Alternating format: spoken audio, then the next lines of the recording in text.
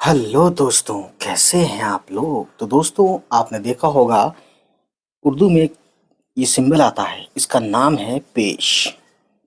ठीक है। तो इसका काम क्या है, ये ऊ की मात्रा जिस पे भी आता है उसको ऊ की मात्रा लगा देता है उर्दू में। ठीक है। ऐसे दिखता है, मान लीजिए अलिफ पे ऊ पेश आ गया, अलिफ पेश, तो इसको बना पढ़ेंगे हम ऊ। बे आ गया तो बे पेश बू। ठीक है।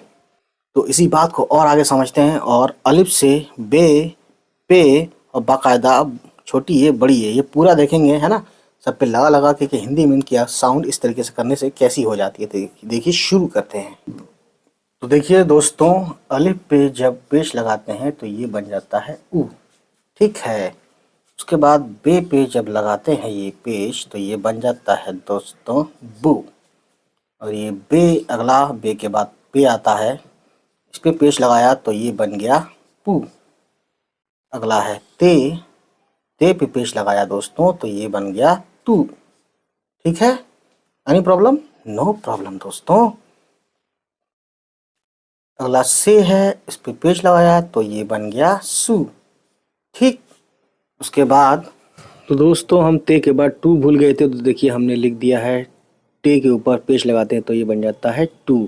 ठीक है। जीम, जीम पे पेश लगाया तो ये बन गया जू। ठीक है। आगे देखते हैं। जीम के बाद चे आता है, तो देखिए चे के बाद ऊपर लगाते हैं पेश तो ये बन जाता है चू, है ना। उसके बाद आता है बड़ी है या है, इस पे पेश लगाते हैं तो ये बन जाता है हु, है ना, लेकिन छोटा ऊ की मात्रा ही रहेगा। ठीक है। उसके बाद खे आता है, तो खे पे अगर हम लगाते हैं ये पेश तो ये बन जाता है खू। तो खे जब भी हम लिखेंगे उर्दू वाला खे, तो ये हिंदी में इसकी पहचान ये होती है कि खे लिखा है हमने, या खे वाली आवाज़ हम बोल रहे हैं, जैसे खबर है, ख़त्म है ना, ख्याल है, तो ये ख के नीचे ये पॉइंट लगाते हैं, है ना। अब आता है खे के बाद दाल, दाल पे पेश लगाते हैं तो ये बन जाता है दू। दाल के बाद आता है डाल, तो डाल पे पेश लगाते हैं तो ये बन जाता है डू। ठीक है। ये है जाल, तो जाल पे पेश लगाते हैं तो ये बन जाता है जू। ठीक है। कोई प्रॉब्लम नहीं है। उसके बाद देखते हैं आगे। ठीक है, लाइन खत्म कर देते हैं इधर। अब आता है रे, रे पे पेश लगाते हैं तो ये बन जाता है रू। ठीक। ये हिंदी में रू है, ये उर्दू में रू है ना। अब आता है रे, रे पे पेश लगाया तो ये बन गया दोस्तों रू। अब जे, जे पे पेश लगाया तो ये बन गया जू। अब एक और ज साउंड होता है, ये पोजीशन में होता है ना। अगर इस पे भी लगाते हैं तो ये भी बन जाएगा जू, है ना। तो इसकी बहुत बहुत कम यूज है इसका। ठीक है। अब देखते हैं आगे सीन, तो सीन पे पेश लगाते हैं तो ये बन जाता है सू। और शा, बड़ी शीन या शा साउंड वाला, इस पे पेश लगाते हैं ये बन जाता है शू, शा से शू, है ना। देख लिया आपने। अब आगे लिखते हैं, इसको मिटाएं पहले। अब शीन के बाद आता है स्वाद, तो देखिए स्वाद पे पेश लगाया तो ये बन गया सू। तो आपने देखा कि सौ साउंड के लिए उर्दू में तीन होता है, एक से, एक सीन और एक स्वाद, है ना। लेकिन जो वर्ड स्वाद से लिखे जाएंगे वो सीन से नहीं लिखे जाते। अब आप ये कहेंगे कि कैसे ये याद हो, तो ये याद ऐसे होगा कि आप बार बार पढ़ेंगे, लिखेंगे, समझ जाएंगे धीरे धीरे। स्वाद के बाद आता है इसी तरह से दिखने वाला ज्वाद, ज्वाद पे पेश लगाया तो ये बन गया जू। तो ज साउंड के लिए भी उर्दू में कई हैं, है ना। तो आप देख ही रहे हैं, इससे पहले भी हमने सारी वीडियोस देख ही ली हैं, तो आपको पता ही है ना। उसके बाद जिन लोगों ने नहीं देखी है वो देखें ज़रूर। तो साउंड के लिए भी दो होता है, एक ते और एक तोय, तो तोय पे पेश लगाया तो ये बन गया तू। ठीक है। अब जॉय पे लगा पेश तो ये बन गया जू। ठीक। अब आइन पे लगा पेश तो ये बन गया ऊ। अलिफ पे भी पेश लगता है तो ऊ होता है, आइन पे भी पेश लगता है तो ऊ होता है। ठीक है। अब देखिए गैन, गैन पे पेश लगा, गैन पे पेश लगा तो ये हो गया गू, लेकिन गैन की आवाज़ हलक से आती हुई फंसती हुई आती है हवा, है ना। तो ये गा के गैन के लिए गा पे नीचे पॉइंट लगाते हैं और ये बन गया अब उर्दू का गो और ये हिंदी का गो है ना, गा।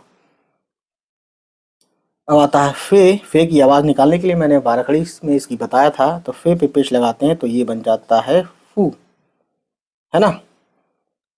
अब बड़ी काफ जिसकी आवाज़ अलग से आती है का पे पेश लगाते हैं तो ये बन जाता है दोस्तों फू, ठीक है। उसके बाद देखिए ये है छोटी काफ पे पेश लगाते हैं तो ये बन जाता है कू, लेकिन इसकी आवाज़ मोटी नहीं होती है, इसकी आवाज़ मोटी होती है क, ये है क, कू और ये कू, है ना। उसके बाद काफ जैसा दिखने वाला होता है एक गाफ, इस पे पेश लगा दिया तो ये बन गया गू, ठीक है, नो प्रॉब्लम। आगे देखते हैं।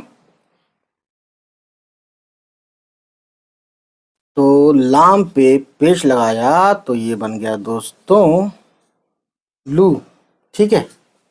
उसके बाद देखते हैं आगे।